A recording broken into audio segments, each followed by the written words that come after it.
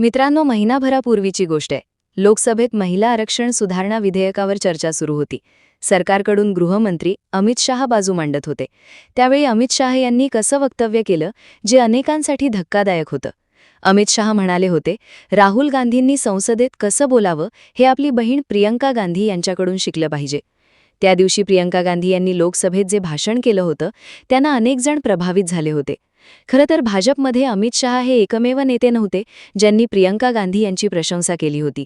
संसदीय कार्यमंत्री किरण रिजिजू यांनी एक पाऊल पुढे जात प्रियंका गांधी या राहुल गांधींच्या पेक्षा चांगल्या विरोधी पक्षनेत्या ठरू शकतील असं म्हटलं होतं.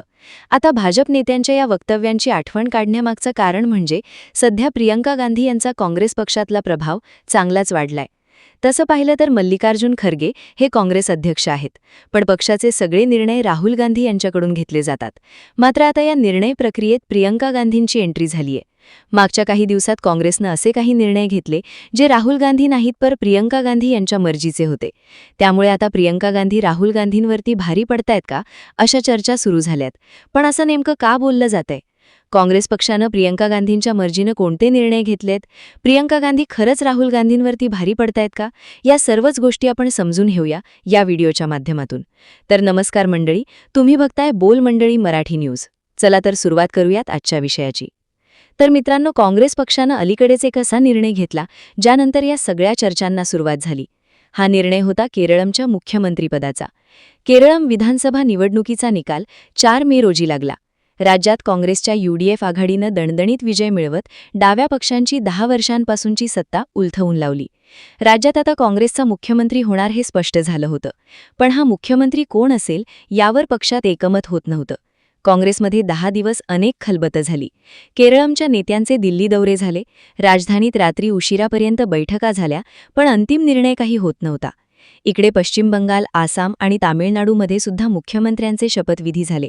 पण केरळामध्ये काँग्रेसला सत्ता मिळूनही मुख्यमंत्री पदासाठी एक नाव फायनल होत नव्हतं. शेवटी निकाल लागल्यानंतर तब्बल 10 दिवसांनी म्हणजे 14 मेला काँग्रेसनं आपलं मुख्यमंत्री जाहीर केलं. पक्षानं घोषणा केली की डी सतीश हे केरळमचे मुख्यमंत्री म्हणून शपथ घेतील. इथे लक्षात घेण्यासारखी गोष्ट म्हणजे काँग्रेसनं हा जो निर्णय घेतला आहे तो निर्णय राहुल गांधी यांचा नाही तर प्रियंका गांधी यांचा आहे. केरळच्या मुख्यमंत्रीपदासाठी 3 दावेदार होते.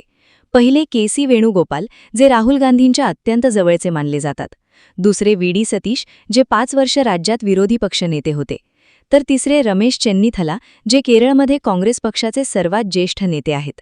मुख्यमंत्रीपदासाठी या 3 नेत्यांमध्ये जोरदार रस्सीखेच सुरू होती, ज्यामुळे एक नाव फायनल होत नव्हतं. सूत्रांचा दावा आहे की जरी राहुल गांधी यांची पसंती KC वेणुगोपाल यांना होती तरी त्यांच्याबाबत काँग्रेस नेत्यांचा फीडबॅक चांगला नव्हता.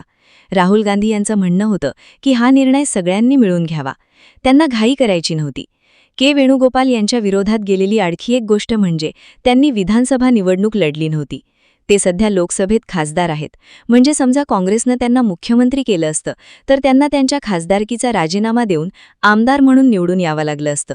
याचा अर्थ काँग्रेसला 2 जागांवर निवडणूक लढवावी लागली असती. काँग्रेस पक्ष सध्या अशी रिस्क घेणार नाही. दुसरं नाव VD सतीश यांचं होतं, ज्यांनी 5 वर्ष विरोधी पक्षनेते म्हणून काम केलं होतं. केरळमध्ये ते डाव्या पक्षांविरुद्ध काँग्रेसचा मुख्य चेहरा आहेत. काँग्रेसने ही विधानसभा निवडणूक सतीश यांच्या चेहऱ्यावरच लढली होती. महत्त्वाचं म्हणजे UDF आघाडीतला प्रमुख घटक पक्ष असलेल्या आणि या निवडणुकीत तब्बल 22 जागा जिंकणाऱ्या इंडियन युनियन मुस्लिम लीगचा सतीश यांच्या नावाला पाठिंबा होता. पण निवडणूक झाल्यानंतर काँग्रेस आमदारांच्या एका गटानं KC वेणुगोपाल यांचं नाव पुढे केलं. सोबत राहुल गांधी यांचाही पाठिंबा असल्यामुळे वेणुगोपाल यांचं नाव अचानक चर्चेत आलं होतं. मुख्यमंत्रीपदासाठी शर्यतीत असलेलं तिसरं नाव होतं रमेश चेन्नीथला यांचं. जर वेणुगोपाल किंवा सतीश यांच्यापैकी कोणाच्याच नावावर एकमत झालं नसतं तर चेन्नीथला यांच्या गळ्यात मुख्यमंत्रीपदाची माळ पडली असती. पण वेणुगोपाल आणि चेन्नीथला यांचं नाव मागे पडून VD सतीश केरळमचे मुख्यमंत्री झाले. यामागचं कारण प्रियंका गांधी असल्याचं बोललं जातंय.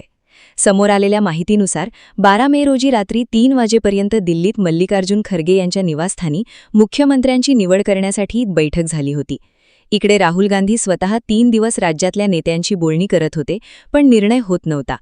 इथेच प्रियंका गांधींची भूमिका महत्त्वाची ठरली. प्रियंका गांधींची पसंती VD सतीशांची होती. प्रियंका गांधींनी सूत्र हलवली. त्यांनी राज्यातल्या नेत्यांशी चर्चा केली आणि शेवटी VD सतीश यांचं नाव फायनल करण्यात आलं. म्हणजे झालं काय तर राहुल गांधी यांची पसंती असलेले के.सी. वेणुगोपाल यांच्याऐवजी प्रियंका गांधी यांची पसंती असलेले व्ही.डी. सतीश मुख्यमंत्री बनले. काँग्रेस पक्षांतर्गत घडलेली ही घटना मोठी आहे आणि इथूनच प्रियंका गांधी या राहुल गांधींवर भारी पडत असल्याचं बोललं जातंय. तसं पाहिलं तर काँग्रेस पक्षात राहुल गांधी यांच्याऐवजी प्रियंका गांधी यांना पुढे आणल्याच्या चर्चा काही आत्ताच्या नाहीयेत. या चर्चा आधीही झालेल्या आहेत. गेल्या वर्षी झालेल्या बिहार विधानसभा निवडणुकीनंतर या चर्चांनी फार जोर पकडला होता.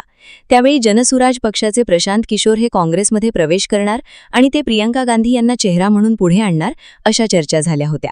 मागच्या डिसेंबर महिन्यात दिल्लीत सोनिया गांधी यांच्या निवासस्थानी एक बैठकही झाली होती.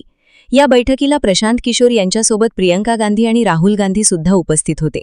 त्यावेळी प्रशांत किशोर आणि प्रियंका गांधी मिळून नव्या रणनीतीवर काम करत आहेत असं बोललं जात होतं. ही रणनीती म्हणजे इथून पुढे काँग्रेस पक्षात प्रियंका गांधी यांना चेहरा म्हणून पुढे आणायचं आणि राहुल गांधी यांनी ग्राउंडवर काम करायचं. मागच्या काही वर्षात प्रियंका गांधींची काँग्रेसमधली सक्रियता ज्या प्रकारे वाढली आहे ते पाहता हे केलं जाऊ शकतं अशा चर्चा त्यावेळी झाल्या होत्या.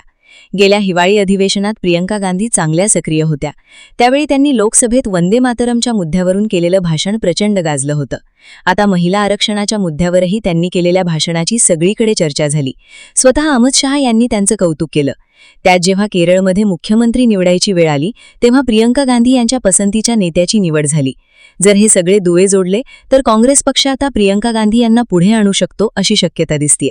सध्या तरी काँग्रेस पक्षाचा चेहरा राहुल गांधी असले तरी मागच्या 10 वर्षात त्यांच्या नेतृत्वाखाली काँग्रेसचा ग्राफ सातत्यानं खाली जातोय. गेल्या वर्षी बिहारच्या निवडणुकीत काँग्रेसचं सगळं कॅम्पेन राहुल गांधींनी सांभाळलं होतं, पण काँग्रेसचा तिथे दारुण पराभव झाला.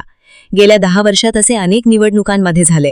पण इथे लक्षात घेण्यासारखी गोष्ट म्हणजे ज्या निवडणुकांमध्ये राहुल गांधी काँग्रेसचा चेहरा नसतात पण ते पक्षासाठी ग्राउंडवर काम करतात तिथे काँग्रेसला यश मिळाल्याचं दिसतं. कर्नाटक आणि तेलंगणाच्या निवडणुकीत हे दिसून आलं. या दोन्ही राज्यात 2023 मध्ये विधानसभा निवडणूक झाली होती. त्याआधी राहुल गांधींनी दक्षिण भारतातून त्यांची भारत जोडो यात्रा सुरू केली होती. या यात्रेनं कर्नाटक आणि तेलंगणात निवडणुकीआधी काँग्रेससाठी वातावरण निर्मिती केली होती. या दोन्ही राज्यात राहुल गांधी काँग्रेसचा चेहरा नव्हते, पण तिथे राहुल गांधींच्या यात्रेमुळे काँग्रेसच्या दिशेनं वातावरण फिरलं. आता केरळमध्येही हेच घडलं. राज्यात निवडणुकीची सूत्र व्ही.डी. सतीशांसारख्या स्थानिक नेत्यांकडे होती. तेच काँग्रेस पक्षाचा चेहरा होते. त्यांच्या चेहऱ्यावरच पक्षाला केरळमध्ये चांगलं यश मिळालं. त्यामुळे आता पुन्हा एकदा राहुल गांधी यांच्याऐवजी प्रियंका गांधी यांना काँग्रेसचा चेहरा केलं जाऊ शकतं अशा चर्चा सुरू झाल्यात. सध्या तरी काँग्रेसमध्ये प्रियंका गांधी यांचा प्रभाव वाढल्याचं स्पष्ट आहे. राहुल गांधी यांच्याऐवजी प्रियंका गांधी यांच्या पसंतीचा नेता मुख्यमंत्री झाल्यानं काँग्रेसमध्ये त्या राहुल गांधींवर भारी पडत असल्याचं बोललं जात आहे. त्यामुळे इथून पुढे काँग्रेस प्रियंका गांधी यांना चेहरा म्हणून पुढे आणू शकतो अशा चर्चा पुन्हा सुरू झाल्यात. तुम्हाला काय वाटतं? प्रियंका गांधी या खरंच राहुल गांधींना खरंच भारी पडतायत का?